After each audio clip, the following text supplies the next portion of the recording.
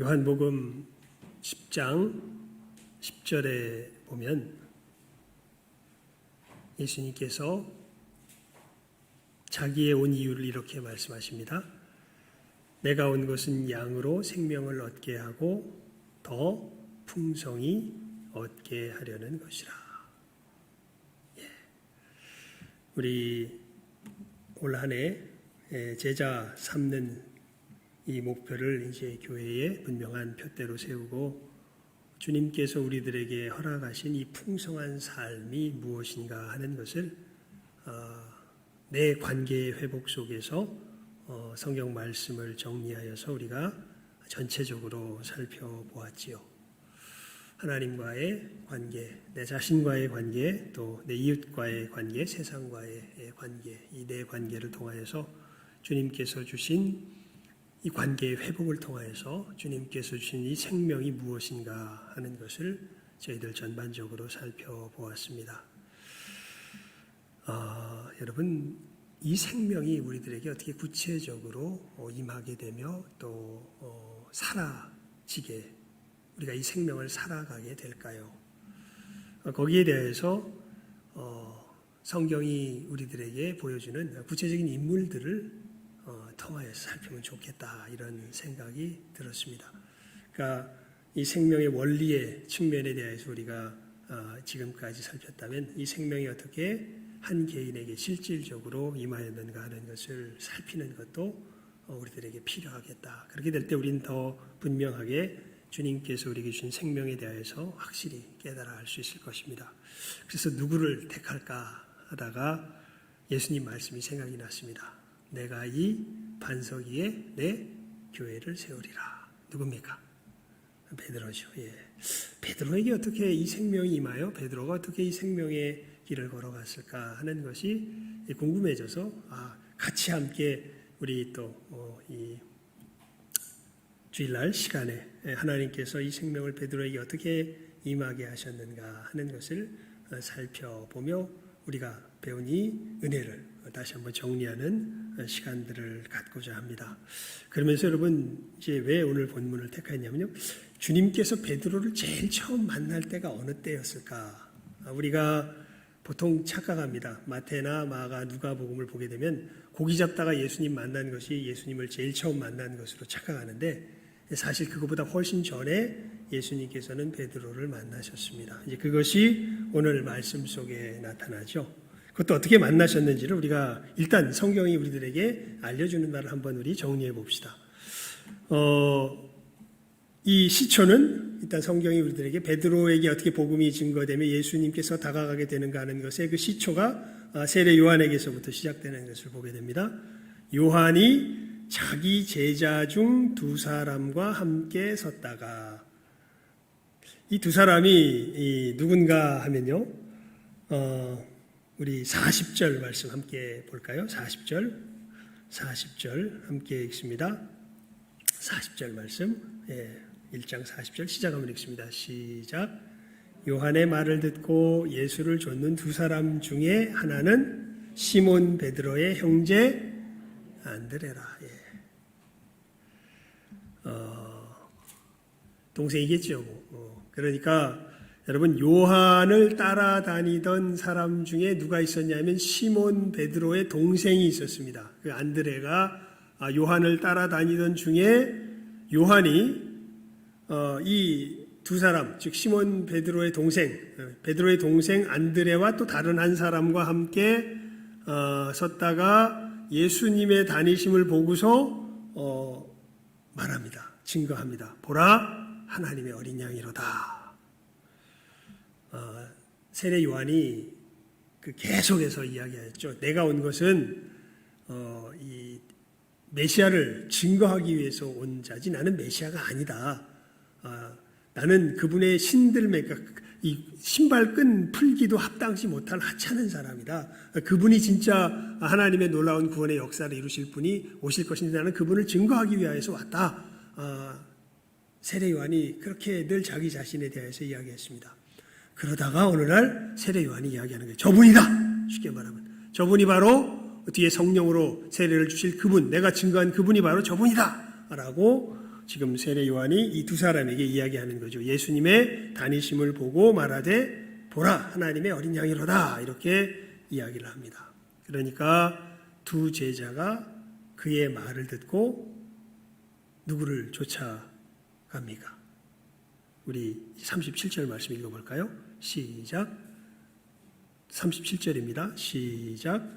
두 제자가 그의 말을 듣고 예수를 쫓거늘. 세례 요한, 여러분, 세례 요한은요 아마도 굶기를 밥 먹듯 한 사람 같습니다. 왜냐하면 세례 요한이 주로 먹는 게 뭐였을까요? 뭐라고 되어 있습니까? 메뚜기와 석청.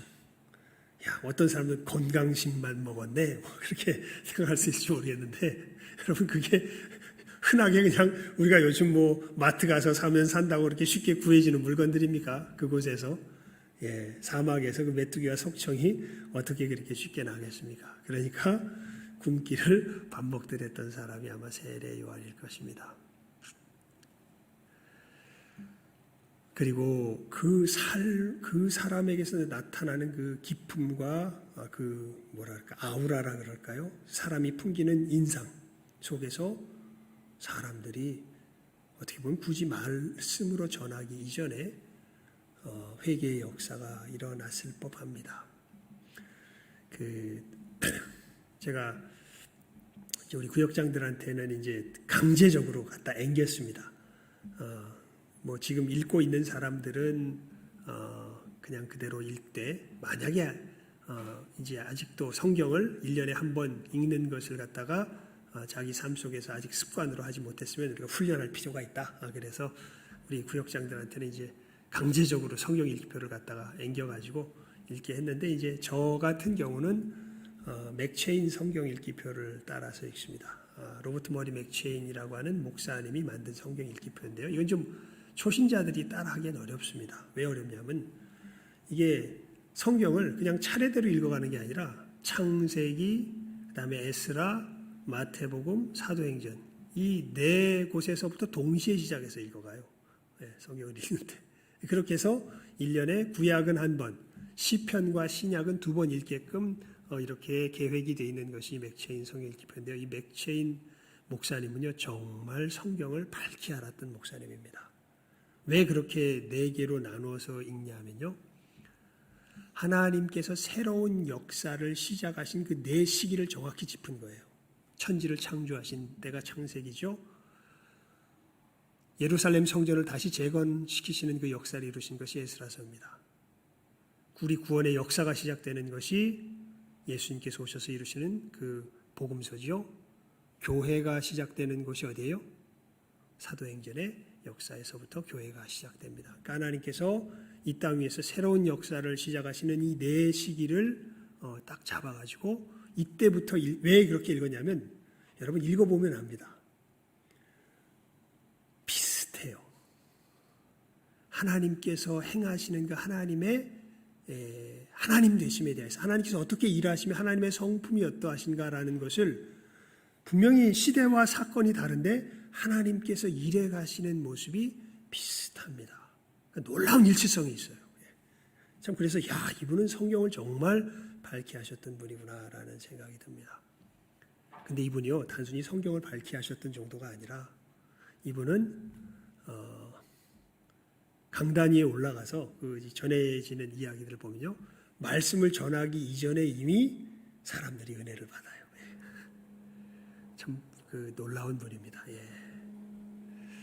그 요한일서를 지은 분이 사도 요한 아닙니까? 여러분 사도 요한이 그랬다 그래요. 사도 요한은 저처럼 설교를 길게 하지 않았대요. 그냥 딱 이 얘기만 주로 하고 마쳤다 합니다. 아가파테 알렐루스 이게 헬라 말로 너희가 서로 사랑하라 라는 말입니다. 너희가 서로 사랑하라 그 얘기만 하고 그냥 설교단에서 보통 내려오셨다 그래요. 그러면 사람들이 은혜를 받습니다. 왜 이야기를 합니까? 여러분 우리가 누리는 이 생명은요 우리의 만남 속에서 진행이 됩니다.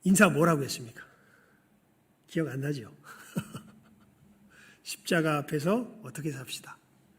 진실하게 삽시다. 예. 그러니까 사실은요, 여러분, 우리가 복음을 증거하려고 할 때 뭘 꾸미려고 하는 게 더 역겨워요. 그렇게 돼서 복음이 증거되지도 않습니다. 꾸미려고 해서 복음은 증거되지 않아요. 복음은요, 어떻게 사는 사람들을 통해서 증거될까요? 진실하게 사는 사람들을 통해서 증거돼요. 차마 소리가 잘 안 나오면, 복음에 대한 내용이 증거가 잘 안 되면 오히려 그 안 되는 고민스러움을 그냥 드러내 보이시면 돼요. 예. 저 사람에게 비유를 맞출 필요도 없고요. 그 점에 있어서는 내 속에서 없는 것을 억지로 끄집어낼 필요도 없습니다. 그죠? 우리가 십자가 앞에서 어떻게 살아가면 될까요? 진실하게 살아가면 돼요. 진실하게. 예. 진실. 하지만 어디 앞에서 진실하게? 어디 앞에서 진실하게? 여러분의 감정에 진실하지 말고, 여러분의 어떤 이런 이 충동에 진실하지 말고, 무엇 앞에서 진실하게? 십자가 앞에서 진실하게 살아가면 돼요. 예. 세례 요한은 그 삶을 살아갔던 사람입니다. 그러니까 예수님을 증거했죠. 그리고 그 삶을 그리워하기에 두 제자는 세례 요한을 쫓아다녔겠죠. 그리고 그 증거를 통해서 누구를 만나요? 예수님을 만납니다. 우리를 구원하시는, 우리로 진정한 고향에 돌아가게 하시는, 고향으로 돌아가게 하시는, 우리가 진짜 누려야 할 삶을 살게 하시는 그분을 이렇게 진실하게 고민하는 삶 속에서 만나서 그 삶을 살게 하시는 분을 이제 만난 거죠. 그게 예수님이시죠. 그리고 자기와 똑같은 고민을 하던 그 형제 베드로에게 누구를 소개하는 거예요? 예수님을 소개하는 거죠. 예. 여러분, 이렇게 우리가 그 생명이 나누어지려면요, 이 십자가의 진리 앞에서 진실하면 됩니다. 예. 다른 것이 아니라. 예.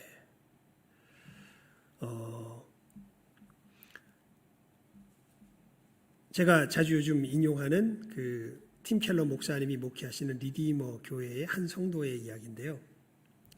거기는 정말 이 성도들 수준이 이 세상 문화 수준으로 말해서 탑 클래스의 사람들이 살아가는 곳입니다. 뉴욕이거든요. 그러니까 지금 시대에서 가장 귀족들, 그 사람들이 아마 그 교회 성도들이라 이렇게 생각하면 돼요. 우리 강남 강남에 예전에 제가 칼빈에서 공부할 때 여자 전도사님이 한 분 계셨거든요. 그 전도사님이 자기가 이제 결혼을 안 하신 분인데 이 사람들 소개받고 데이트할 때 이야기를 잠깐 한 적이 있는데 이대를 나오신 분이에요. 이화여대. 예. 우리나라에서 이대 나온 여자면 콧대가 센 여자 아니겠습니까? 예. 소위 말하는 강남의 부자 어떤 사람하고 이제 아마 데이트를 이제 소개를 받아서 아마 이렇게 만났던 건가 봐요. 그러면서 이제 하다가 소박하게 자기는 그냥 맥주집, 호프집 이런 데서 아마 만났다고 그래요. 그러면서 그 사람이 하는 말이 재수가 없어서 그냥 퇴짜 났다 그러는데 뭐라고 얘기했냐면 같이 먹으면서 우리들도 이런 거 잘 먹어요. 이렇게 얘기를 했다 그래요. 우리들도 예. 이미 그 이야기 속에 나는 보통 사람들과 이런 거 먹는 사람들과 뭐가 져 있다.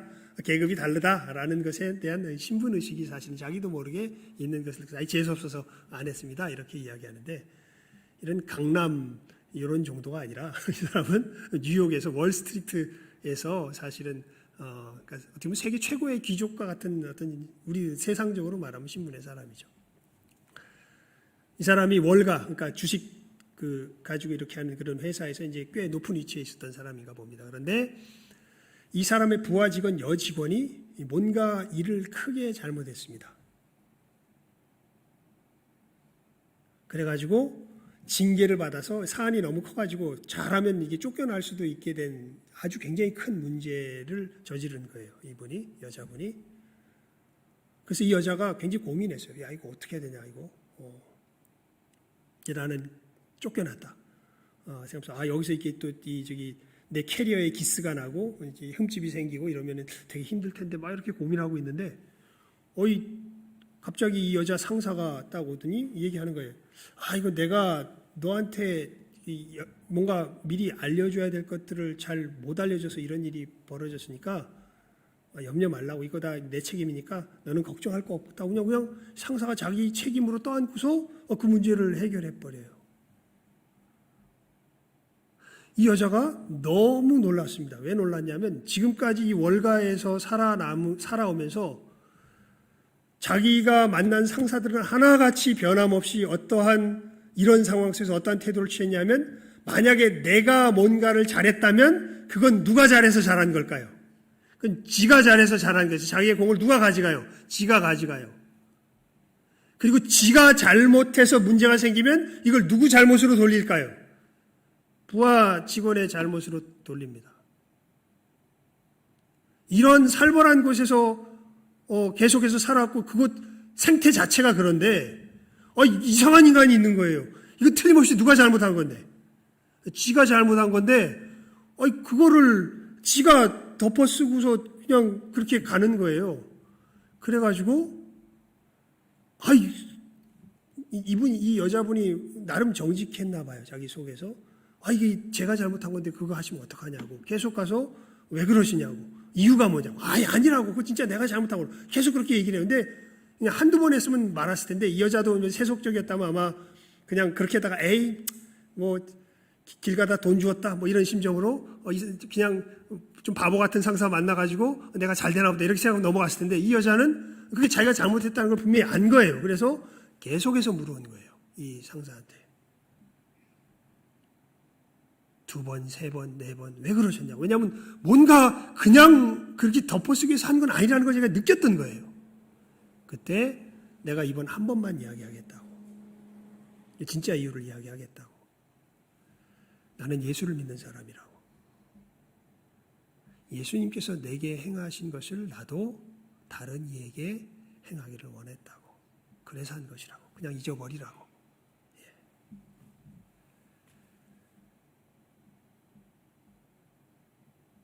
그 다음부터 이 여자가 어디에 나가보기 시작했을까요? 교회에 나가보기 시작합니다. 도대체 저 사람은 어떤 사람이기에 저런 삶을 사는가? 교회가 믿는 것은 무엇이기에 저러한 삶을 사는가? 그것이 궁금해서 나가보기 시작하고, 그리고 누구를 만나게 됐을까요? 예수님을 만나게 되고, 그리고 이 여자도 어떤 삶을 살게 될까요? 이러한 삶을 살게 되는 것을 제가 그 목사님이 소개해 놓은 이 예 중에 하나에서 보았습니다. 여러분, 우리가요,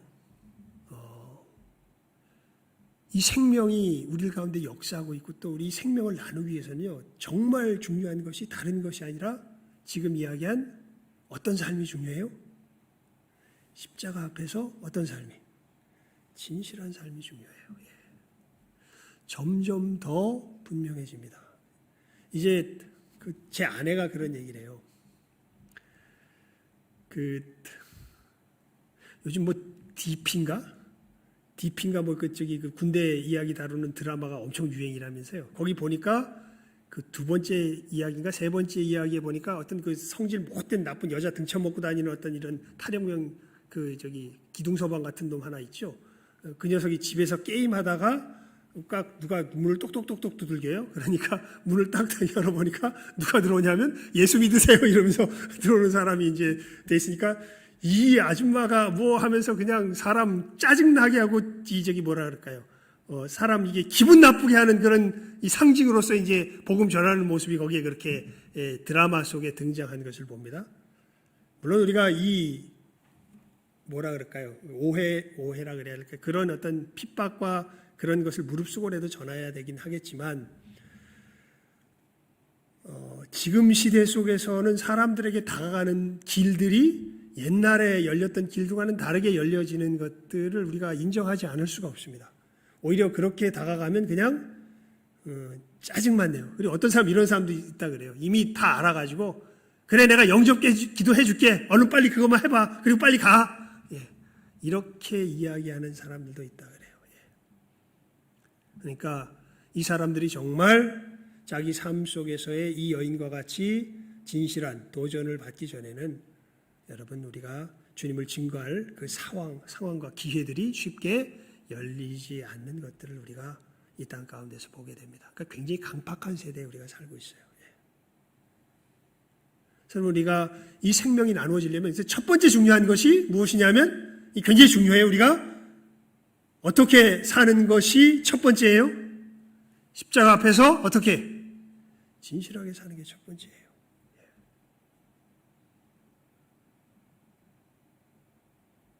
고민하십시오. 여러분, 십자가 앞에서 진실하게 산다는 게 무엇입니까? 말씀드렸죠. 우리 예배 시간 전에 인사하면서 제가 가장 큰 특징을 이야기해 드렸죠. 여러분, 십자가 앞에서 진실하게 살면요, 아무리 내가 못나고 심지어 내 속에 악이 내 속에 도사르고 있는 것들을 보더라도요, 결코 나를 향하여서 절망하지 않습니다.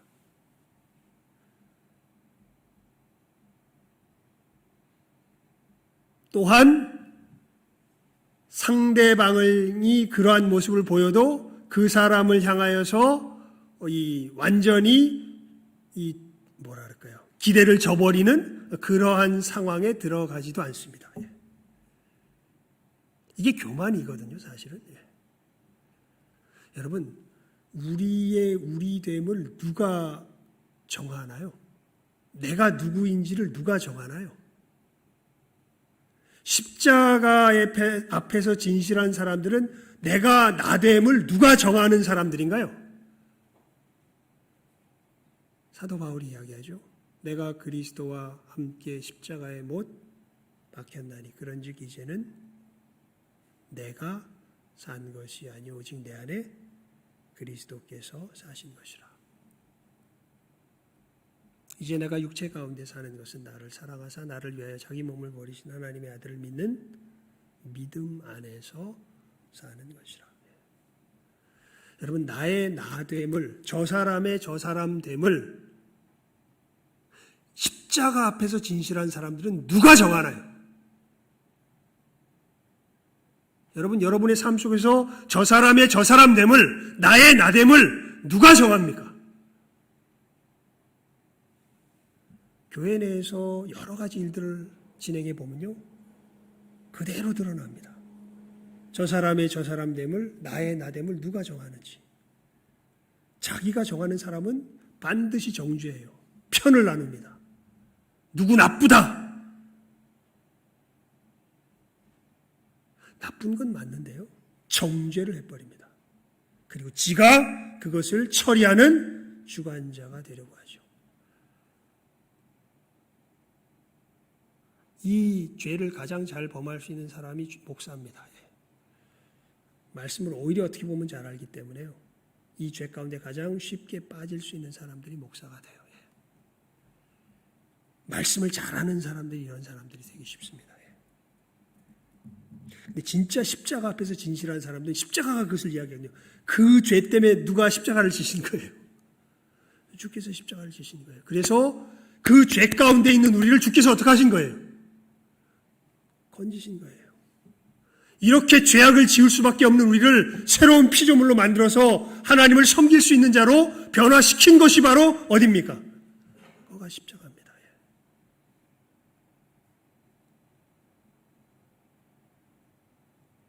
그래서 그런 삶이 가능해지는 거죠. 진짜 믿으면, 진짜 진실해지기 시작하면 십자가 앞에.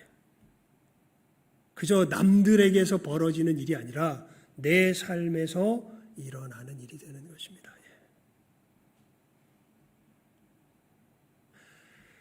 여러분, 이 생명이 이렇게 진실하게 고민하는 사람들을 통하여서 샘솟기 시작해서요, 무엇을 통하여서 흘러가냐면 만남을 통하여서 흘러갑니다. 그래서 이 만남이 굉장히 중요해요. 그래서 오늘 말씀에 보면 세례 요한을 만난 두 제자, 이 두 제자 중에 안드레와 늘 함께 만나고 있었던 베드로, 이 베드로에게 세례 요한 누굽니까? 또 안드레, 베드로 이 사람들의 만남을 통해서 예수님의 이 십자가의 진리가 어떻게 하게 돼요? 흘러가서 베드로에게 임하게 되는 것을 우리가 오늘 말씀을 통하여서 보게 되는 것이죠. 그래서 여러분 우리가 이 생명을 누리며 나누며 나아가려고 할 때 오늘 말씀 속에서 이 두 가지를 꼭 마음속에 새길 수 있길 바라요. 십자가 앞에서 진실하게 사는 게 최고구나. 우리 예배 드리기 전에 준비 찬송으로 몇 장 불렀죠? 찬송? 기억 안 나죠? 509장 불렀습니다. 그게 후렴은 기억나시겠죠? 뭘 만져라. 그 손 못 자국 만져라. 그래서 가다가 무슨 일을 만나든지 그저 혼란스럽고 고통스럽고 힘이 없고 어디로 가야 할지 모르겠고 무엇을 통해서 내가 행해야 할지 모르겠거든. 뭘 만져라. 뭘 만져라. 뭘 만져요? 십자가를 만져. 그 손 못 자국 만져라. 예수님의 그 희생의 손에 못 자국을 만져라. 우리 509장 다시 한번 펴볼까요? 509장입니다.